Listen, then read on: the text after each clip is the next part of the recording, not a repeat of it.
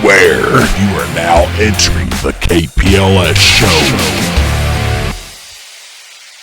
Hey everybody, welcome back to the KPLS show. I'm Kung Fu Panda sitting with my boy Land Shark. You're a cryptic killer. How y'all doing tonight, y'all? So we got a really, a different kind of episode today. We're gonna More somber. Yeah. We're really gonna talk about, people ask a lot. There's actually been a lot of questions asked. Why do we do this? Why, y'all are grown men. Why do y'all act like this? Why do y'all believe in this? Why do y'all do this? Exactly. So we want to bring out an episode where we can sit here and say, this is why we do things. This is why we are the way we are. Right. Exactly. So, let's just kick into it. So, Land Shark, let's go ahead and tell your side of the story. All right. Well, so this is your boy Land Shark. I come from a background of I grew up in a gun shop. My grandfather was a big gun guy. He worked a little bit with the local police department back in the day as a sheriff. I said police department, but he was with he was a deputy with the sheriffs. Always sold guns. He owned a auto dealership too, but I didn't never really get into that aspect of the family. I love the gun part. Now, I lived through a murder. One of my favorite people in the world was murdered, so that kind of brought me to the being interested in serial killers. We all kind of deal with stuff our own ways, right? So that brought me to that. And then, like I said, my grandfather was big into guns. He was in the military. He was in the Army. He served in the Cold War. I actually got his flag right there. That's his. From when he passed. I loved guns growing up. I was a Rambo fan. I have Rambo tattooed on my back. Just guns was always, ballistics always fascinated me. So I was just, I always done it in a respectful manner. You know what I'm saying? Yeah. So I always was just into that. Always was part of my life. So that's kind of what brought me into the, I don't want to call it prepper, to steal a quote from the gentleman I'm going to be talking about tonight that also got me into this as from a movie aspect.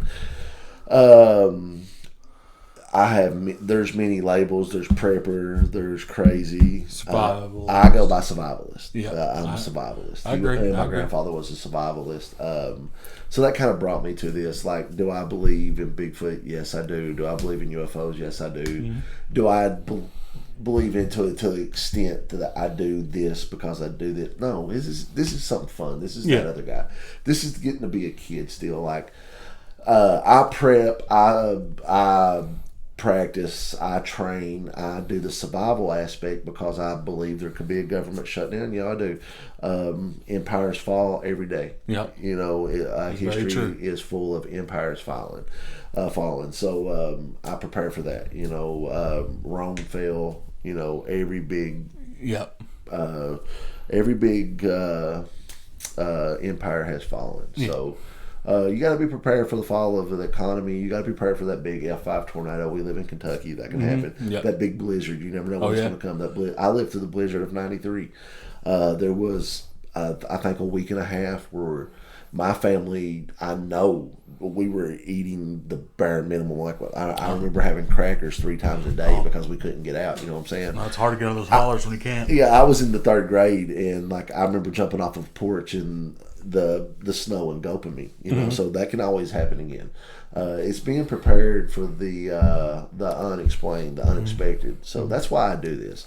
And then it's fun. You know what I'm saying? It gives me a reason to train guns because, I do come from a military family, but I didn't go into the military because I was chasing the dream of football. And then also I love money. A lot of people that know me knew that I was involved in some illegal activities as I was younger. I'm no longer that person. I come away from that person. Moonshine was a good living in my family, on certain parts of my family.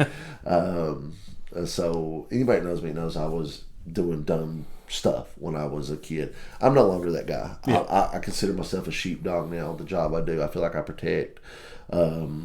So part of that is being trained, being equipped, being ready to take care of things at the drop of a hat. that's kind of what brought me to this. And I'll get into the character that kind of brought me to this also when we get into the movie aspect of it. But that's just a little bit about my past. I've always played sports. I've always wanted to be that guy. This is that other version of me that I get to really get out there and and explore, open my mind up. But I come from a background of people that love guns, love ballistics, that always been around it, and this is just me taking it to a different level, getting to know the weapons more, and bringing it and making it part of my lifestyle, my family's lifestyle. My son's around him. My son is great with, and you've seen him. He's really respectful. My wife's the same way. So that's just a little bit on the land shark side of the realistic person getting into the prepping survivalist stuff. What brought you to the game, big dog? So, my past is a little bit similar to yours. I grew up in a military family as well. I was one of the only males in my family that hasn't joined. Of course, same thing with me. I chased the dream of football too. Right. Yeah. Hey, college football player right there, y'all. I did all right, but it breaks down to I've been around it. My dad's a big gun owner, and he's owned a whole bunch over his life, and some was passed down to me, and it's just a habit of that. My mom, ladies and gentlemen, if you don't know, I've said it plenty of times in previous episodes. I am Asian. I'm Korean. Yes. I've come to Kung Fu Panda. Otherwise, why would I do that if I was a white boy? And I'm like, we don't cross no lines. Like we have friends from all different backgrounds. But, and my man is I've met his met his grandmother, and they Asian, y'all. Like they Korean.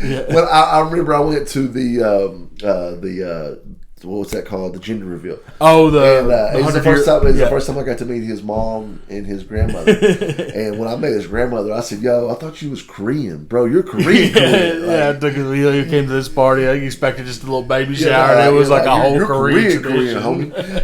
So but it's all love, man. Yeah, it is. We're not those guys. But it kind of goes, the survivalist aspect of my lifestyle. It really starts with my grandmother. She was I'm gonna go tell a little sad story about this, but she was a refugee in Korea during the war.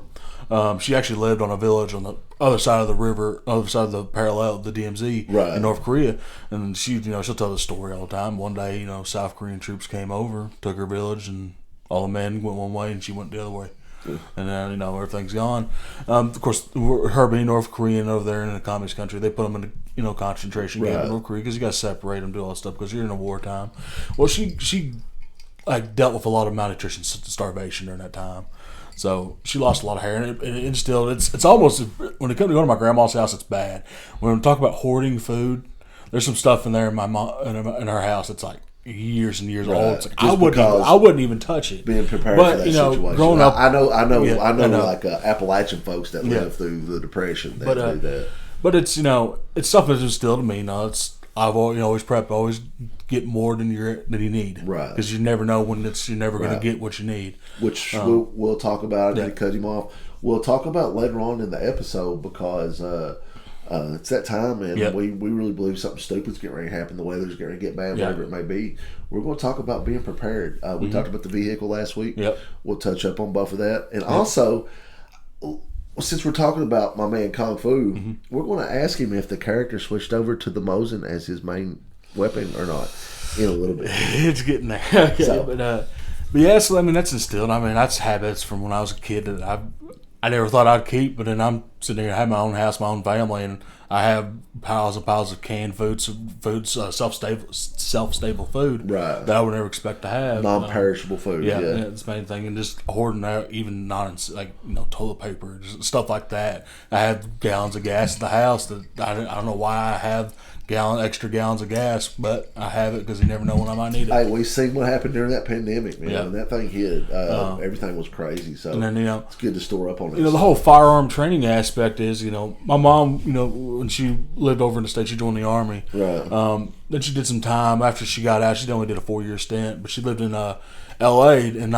90s during the Rodney King L.A. riots. Well, and here's a part of that, if y'all don't know about history, but the Koreatown portion where all the riots were happening, the police would not go help the Korean people out there. So what did they do? They manned their rooftops, armed, and defended their own properties Rooftop against Korean. Yeah. So I am a descendant of a rooftop Korean.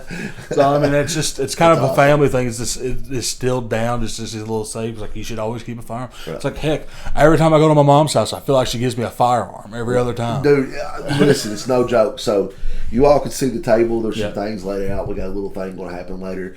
He doesn't know. I really want to know what's underneath. What's under this? Yeah.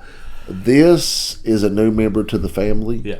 I teased it earlier, but I'm going to give it a proper introduction. We didn't give it a proper introduction. It's a new member to the KPLS family. Gorgeous. Yeah. This, we'll talk about this later on in the episode. And this is our new positive, good vibe Sasquatch. Yeah. So that's what we're trying to put out. But we always stay cryptid. We always stay about the game, what brought us here, and what brought. Well, and let me ask you a question. Okay. So we're getting the intimate view of the land shark and the panda. Yeah. What was the first cryptid that you can remember seeing that you was like, holy hell, that's horrifying? That's horrifying? Oh, holy hell, like, I want to know more about it. Like, what was that first cryptid, that very first, like, that woogie boogie that brought you to it, that boogie monster that brought you to the... okay. That helped you want to prep more, want to be prepared more when you go up in the woods, because... For one, when he goes up in the woods, I mean, the smallest thing he carries is a freaking 45. Yeah. Every now and then the land shark have a 9mm on him, but this guy carries a 45 as a small weapon. Now that's obviously I'm pointing at a 357, but what was that monster that brought you to the game? I'm going to go back to very young toddler Will. Toddler Will. I was a very I bet he wasn't small. I wasn't small, but I was kind of I wouldn't be scared of things. I'd always watch horror movies and stuff that wouldn't bother me. But just something about that nature aspect of things, or like that weird legend that has any kind of. But I got really terrified when I was younger when I first heard that Hopkinsville Goblin case. Watching some of those early documentaries of it. Was you more afraid of the creatures, like the man himself back here, or was you more afraid of the UFO aspect of things? It's really a both. It's that mysterious aspect, because Bigfoot is probably you never hear any really true bad stories about it. Truly, there's very little. Few, limited. Now the ones that are violent, the ones that they do descript a violent, aggressive Sasquatch, those are horrifying. Oh yeah. Those are scary. But you hear encounters like a lizard man or something like that actually had every single encounter has been something violent or evil. And of course I've been living in Appalachia for a long time, and I've always heard you do not go in there without having something on you that could take care of something. Always carry something. Hey, you walk in the woods by yourself, and even if it's a knife, you got to have something. It's creepy, but it's just that aspect of something otherworldly, or to me, I even consider a wolfman, because that's otherworldly to me. Because would you see something humanoid like that? That's scary. I couldn't dare to see. And that's scary business. Yeah. So I mean, it all comes down to that. Bigfoot. Would I be scared of one?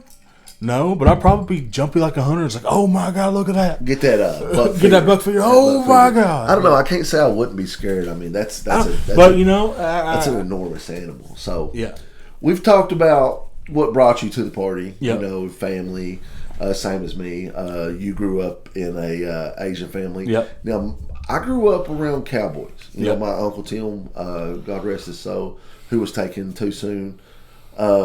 He was a pure cowboy. Mm-hmm. I grew up around horses, so we got that different life, that different atmosphere. But once again, we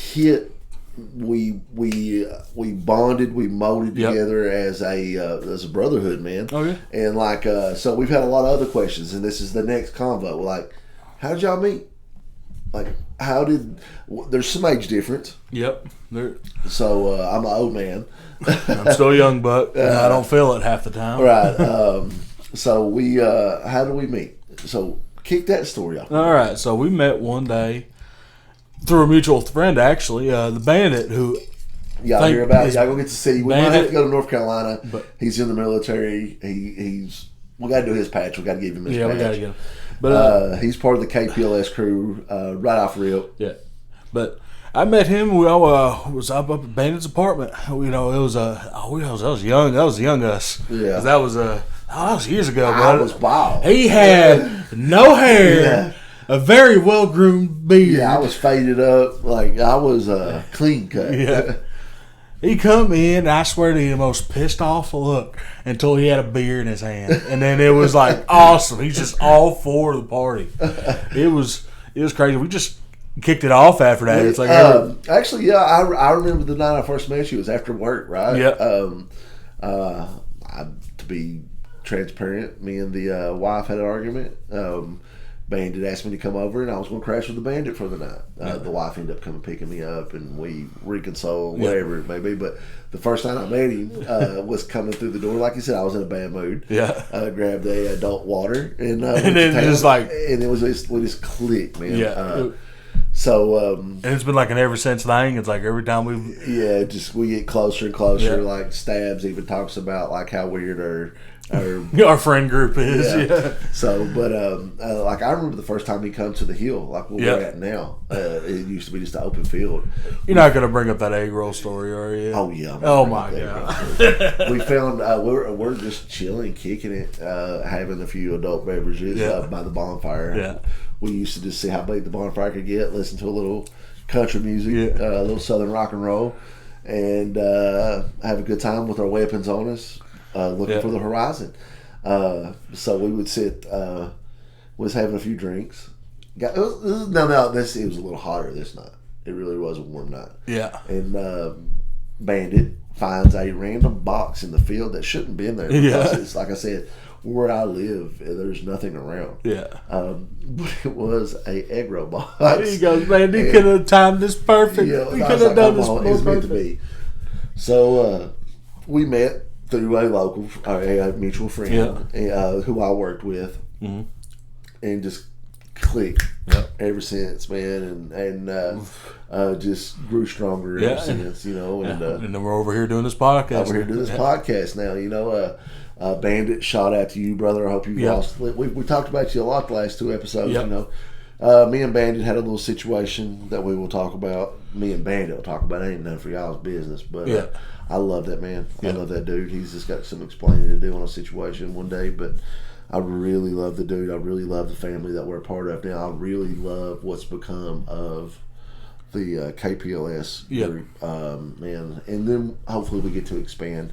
But y'all was asking how we met. That was it. I will say that one thing we do celebrate, there's a local festival, I won't give it out, that we always celebrate the Friday of, and it was Bandit's last Friday with us. Yeah. It was going to be the last time we done the festival with us for sure. Yeah.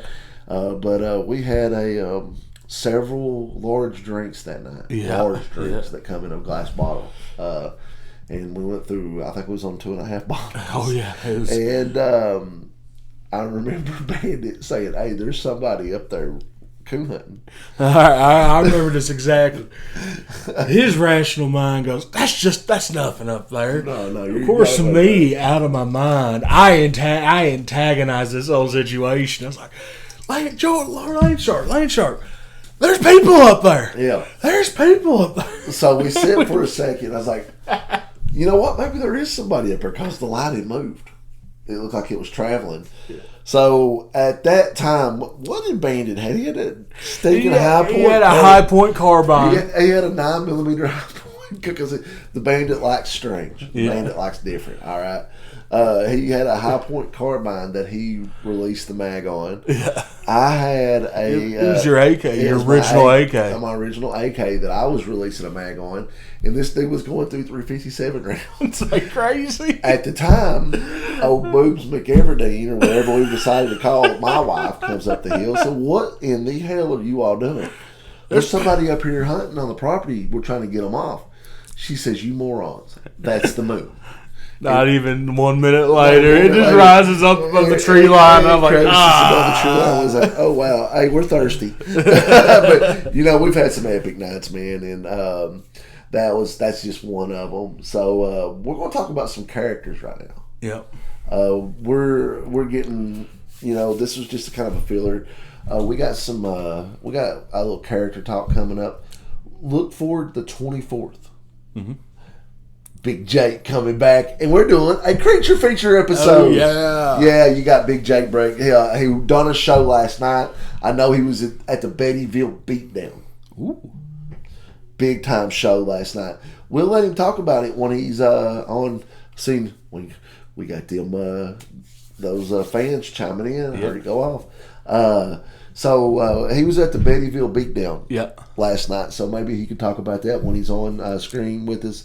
We're going to do a creature feature with this man. We're going to talk about your Lake Placids. We're going to talk about Anaconda. We might even talking about Brandon Fraser's out of this world hit, one of my top favorites, the Mummy series. I love it. I love that adventurer horror.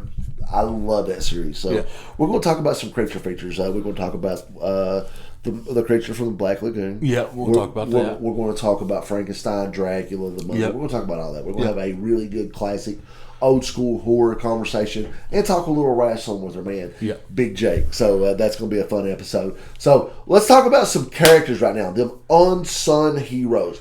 The ones that we're really attached to. That we're attached to. Why you do what you do. Why do you like guns? Why do you like horror? So we're going to talk about, like I said before, everybody's got their Rambos, everybody's got their Dutches, everybody's got those Chuck Norris, Arnold Schwarzenegger, Sylvester Stallone types. Who's that unsung guy? My man right now is going to describe one of the biggest unsung heroes in any action horror franchise. Oh, yeah. Big time. One of my favorite action horror movies of all time, definitely in my top 2. Please talk about the gentleman. Okay, so I'm going to talk about Sergeant Hudson from the movie Aliens. He's really your major unsung hero. This whole movie, he's a Marine. He's a Colonial Marine. He's a badass. Space Marine. Training. He has all the training. Famous quote, we got nukes, we got bombs, sharp sticks, rocks. We're a bunch of badasses, right? But, he's a humanized character. Because it doesn't matter how much training you got until you see an otherworldly creature. Everybody's got a plan until you get hit in the mouth. So, you've seen the movie. He sees these first aliens, those xenomorphs, and he shuts down, freaks the hell out. Yes, he looks like... What are we going to do, man? Game over. Game over, man. No, famous scene. But what he does after that, when it comes up to so we need you, all right, I'm going to go ahead and fix this perimeter. We're going to lock this off. We're going to get this. And what he does in the final fight scene, he fights with a ferocity that rivals Sigourney Weaver's. Yeah, he saves the crew. And who he's talking about is the great Bill Paxton. Yeah. The great Bill Paxton, who was in numerous movies. A lot of great horror movies. Everybody knows the scene, game over, man. If you know anything about sci-fi horror, you know that scene. And he does. The last scene, he gets to really save himself. Not save himself because he dies. But he really gets to. It's almost just that redemption arc. The redemption. That's it's what it's a He human. redeems himself. So great. It's awesome. Yeah, it's one of my favorites. So. What's this character you're about to bring up? I think he's a very famous character as long as you like those movies. If you like the movies, and this will go a little bit with my movie pick of the week. Caesar, who y'all got to hear through Spotify when we were on the podcast, you got to hear Caesar's voice. He's a here and there active member of the KPLS boys. We wouldn't say he's a full-fledged member, but he does some help. He's definitely a pledge. He used to call me the great Burt Gummer from the Trimmer series. And that's what I'm going to talk about.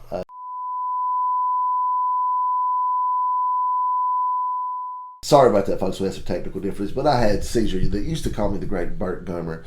So he always used to say, Landshark, you remind me of this dude. So what we're going to talk about is the epic Burt Gummer from the Trimmer series, man. Like him and Reba. I love me some Reba McEntire.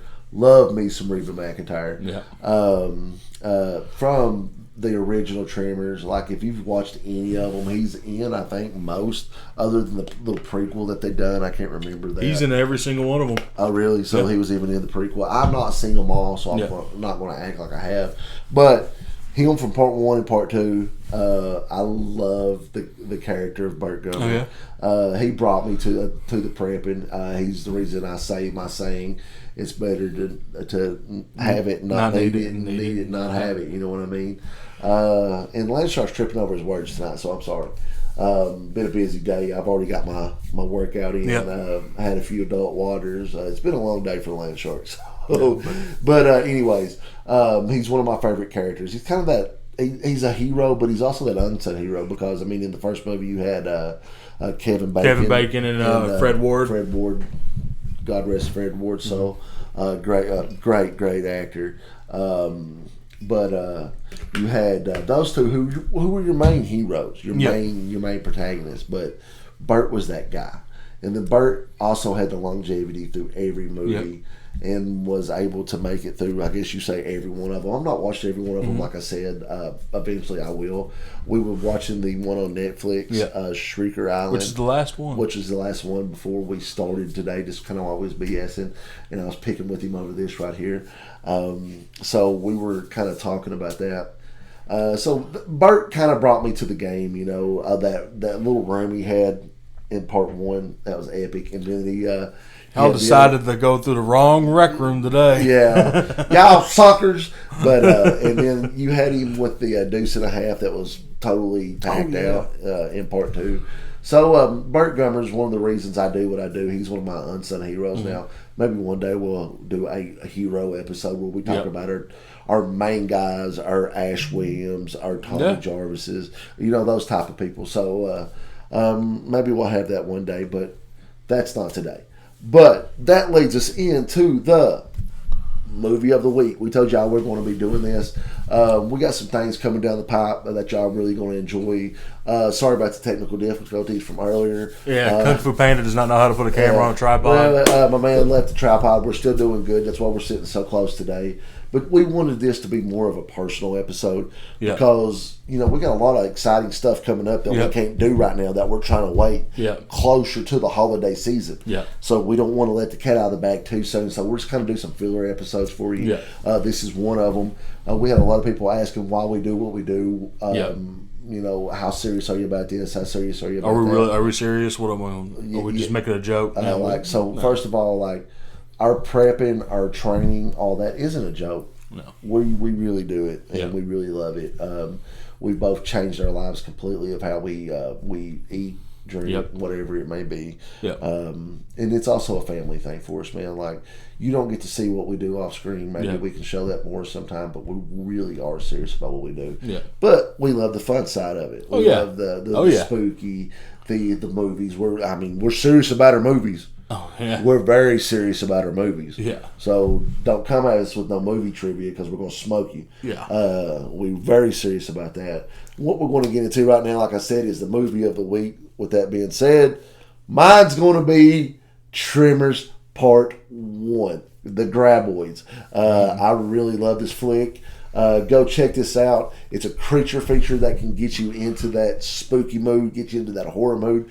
A few good kills in it, a lot of cool weapons in it, a lot of survival type shit in it, and it really, really is a entertaining flick. You got Fred Ward, like you said, you got the great Kevin Bacon, you've got Burt Gummer in it, and you've got the great Reba McEntire. And there's some really cool scenes in this movie. And it's not a holiday style flick, man. It's a horror movie you can watch any time of the year. Get you in that mood, get you to where you need to be, and it really scratches the itch. Now, what's going to be your movie of the week? Are you piggybacking? I'm piggybacking because I'm continuing on to part 2, Aftershocks. While we get rid of Kevin Bacon, which is really a character we don't need. We keep with Fred Ward. Still love I love his character, but you still got Fred Ward, and we got Burt Gummer coming back. Now, that's a really good one. Adds a little bit more lore to the Graboid creature to it. That's some evolution to the Graboid creature, which it puts Burt Gummer to the test. Right. Because what happens. He goes up there and says, "I got it. I'll take care of it." What did he do when he came back down? Right. Yeah. Right. Come back down. I have used all my ammo. All my resources. Yeah. And the dose and a half is chopped up and all that. So, talk a little bit about the evolution into this movie, because anybody that's watched part one knows it's an underground entity. It's an underground worm style creature. What's the difference that you get in Aftershock? Well, they find out that basically when you kill one, if you don't destroy the body, or if they don't kill one quick enough, there's basically it breeds. It multiplies. So inside one little big long underground graboid, it comes out two creatures that walk on land, that are fast, that can hear you from everywhere, that can see you by using heat. Those shriekers. And it's awesome because they're all in there. They started off they started slow paced. Oh, we're getting them, we're killing them, we're getting this. We can do this job easy. They're doing it with walkie-talkie truck. And then all of a sudden, bam, it hits, and it changes the game. And then all of a sudden now we're back to our fight response. And they hunt off of a heat, correct? Yes, it's all on heat. That's crazy. And like I said, Bert Gummer was prepared for everything, but he was not prepared for that. Yeah, because there's evolution in the situation. Yeah, which you got to be prepared for. But he ended up saving the day. Right. He did. He really did. Which was a great flick, man. That was a really good movie. So the movie picks of the week this week to get you closer to the spooky Halloween season, and it's really going to be dope because Halloween falls on a Monday this year. Yeah. So that means the annual Land Shark Halloween party is the weekend right before that Monday, because it's always the last weekend before Halloween. If Halloween happens to fall on that weekend, that's epic. But so this is gonna be fun. Like, maybe you get a little look at the Land Shark's house, maybe through some GoPro. Maybe we video some things. They're going to be in we can do this now. We can do the editing now, which hopefully that helps fix that little bit of technical difficulties we had earlier. So, anyways, that's a little bit of why we got into it. A little bit of our unsung heroes. Listen, Aliens 2. Yep. With Hudson's character in it, the great Bill Paxton, go check that out. Sigourney Weaver is a monster in a female lead role of an action hero in that. One of the great female action heroes. Yeah. Before my time anyways. Killed that role. One of the great horror action style flicks, man. Yeah. Sci-fi horror action. Yeah. Great movie. You get shootouts, you get ballistics, you get ammunition, you get great kills. You get suspense, you get jump scares. It's a good mixture of a movie. Go check that out. Tremors 1, classic, cult just classic. Watch it. Go watch it, man. It's got some jump scares to it. Few guns here and there, some pretty decent funny kills. But a really entertaining flick. So I've watched that probably 100 times, and it's never not entertaining. Right. And I mean, it's one of those movies that's what stood the test of time. Yeah, very good, cheesy, fun 90s movie. Yeah. So go check out Tremors 1, and then definitely, if you've not watched Aliens 2, don't consider yourself a horror fan. Yeah. Don't. Okay. All right. So let's move on. We're going to do the very first gift giving on the KPLS show. As I said, show that diamond, baby. So show that diamond. We're going to go ahead and show this off. So this is the brand new arsenal to the Kung Fu.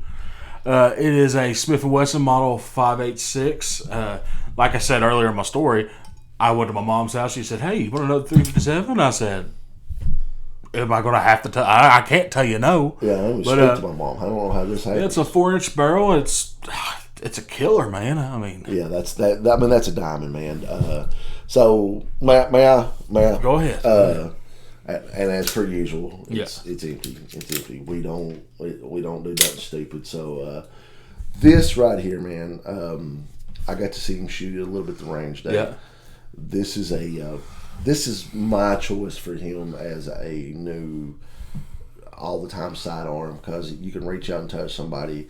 It's short enough to clear corners, and it's got that pink mist about it. Oh yeah, this is an epic, really epic gun.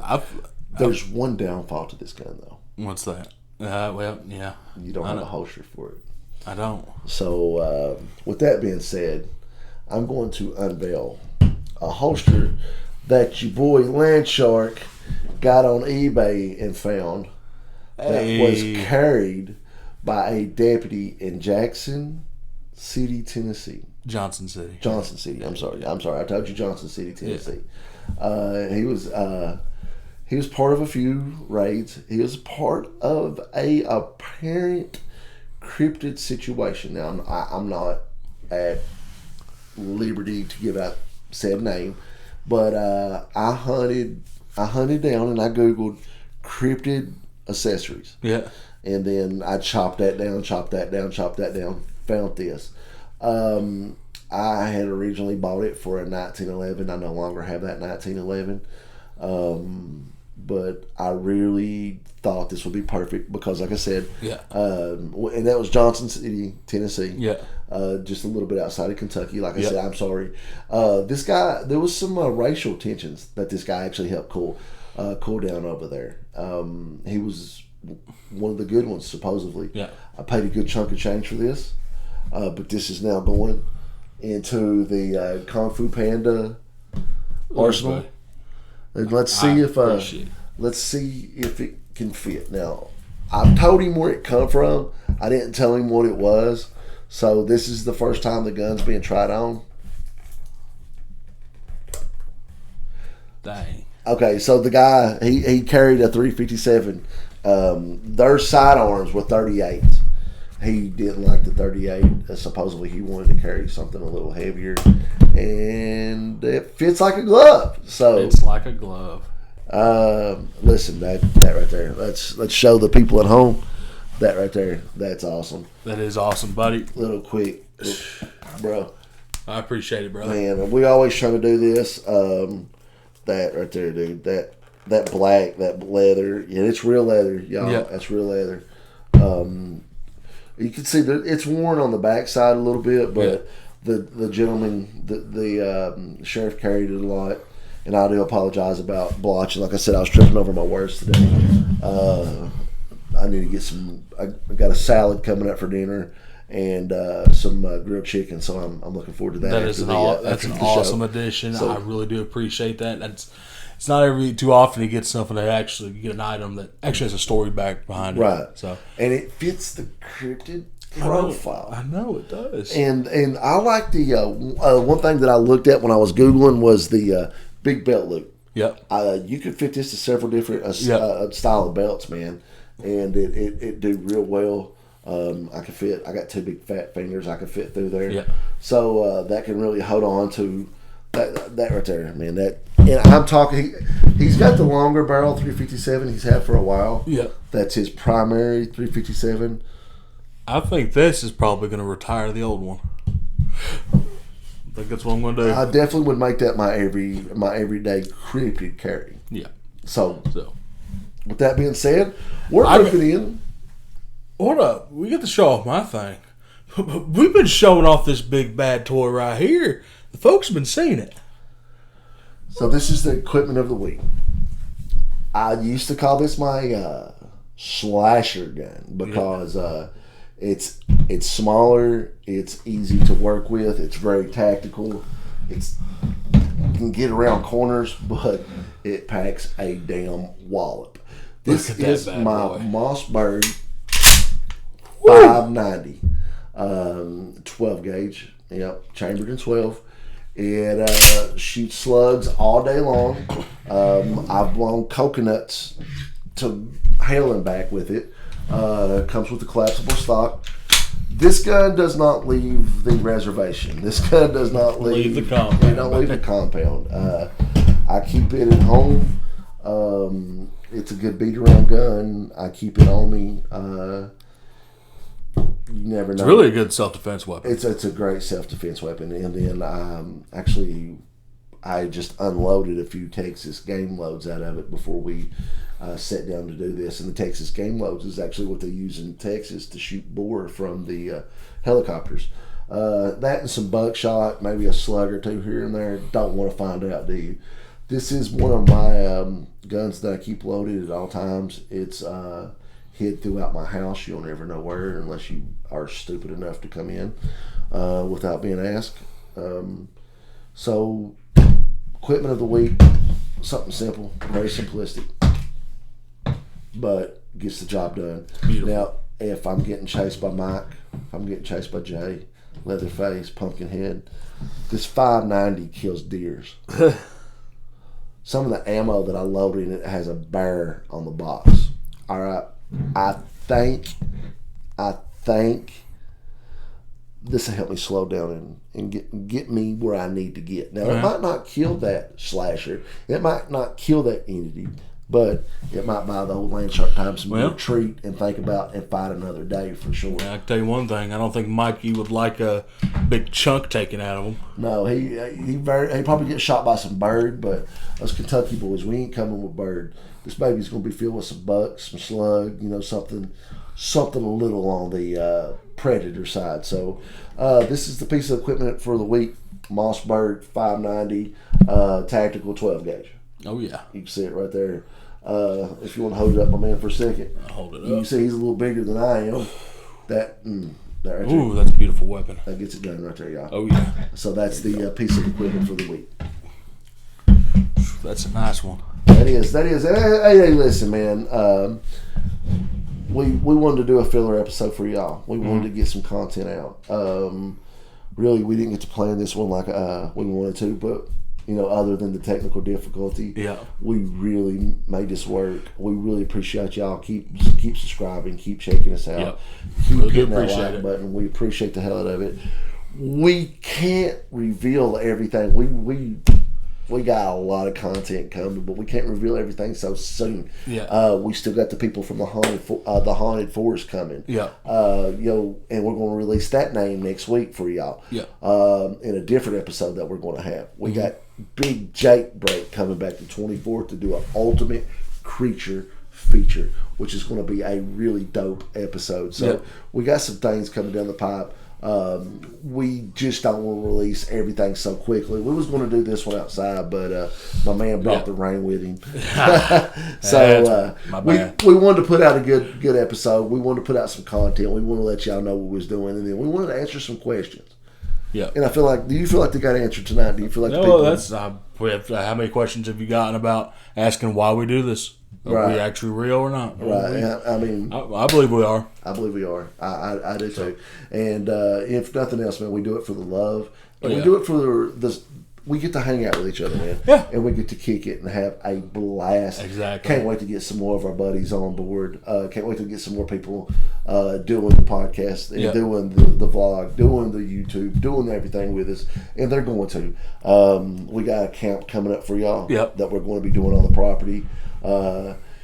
Just stay tuned, man. Keep tuning in. We're going to have some fun. So with that being said, we're coming to an end.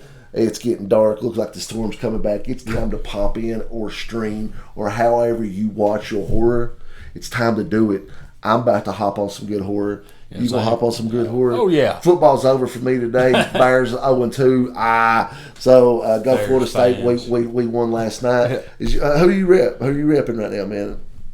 Buddy, I have been watching enough high school sports in the last couple months. So that's what So it's got that kind of weather. We're gonna get into something horror today. So this is your man Land Shark. As always, I'm saying it's better to have it and not need it, and need it and not have it. So always make sure you grab it. And I'm Kung Fu Panda. Ladies and gentlemen, always remember, ain't got time to sleep.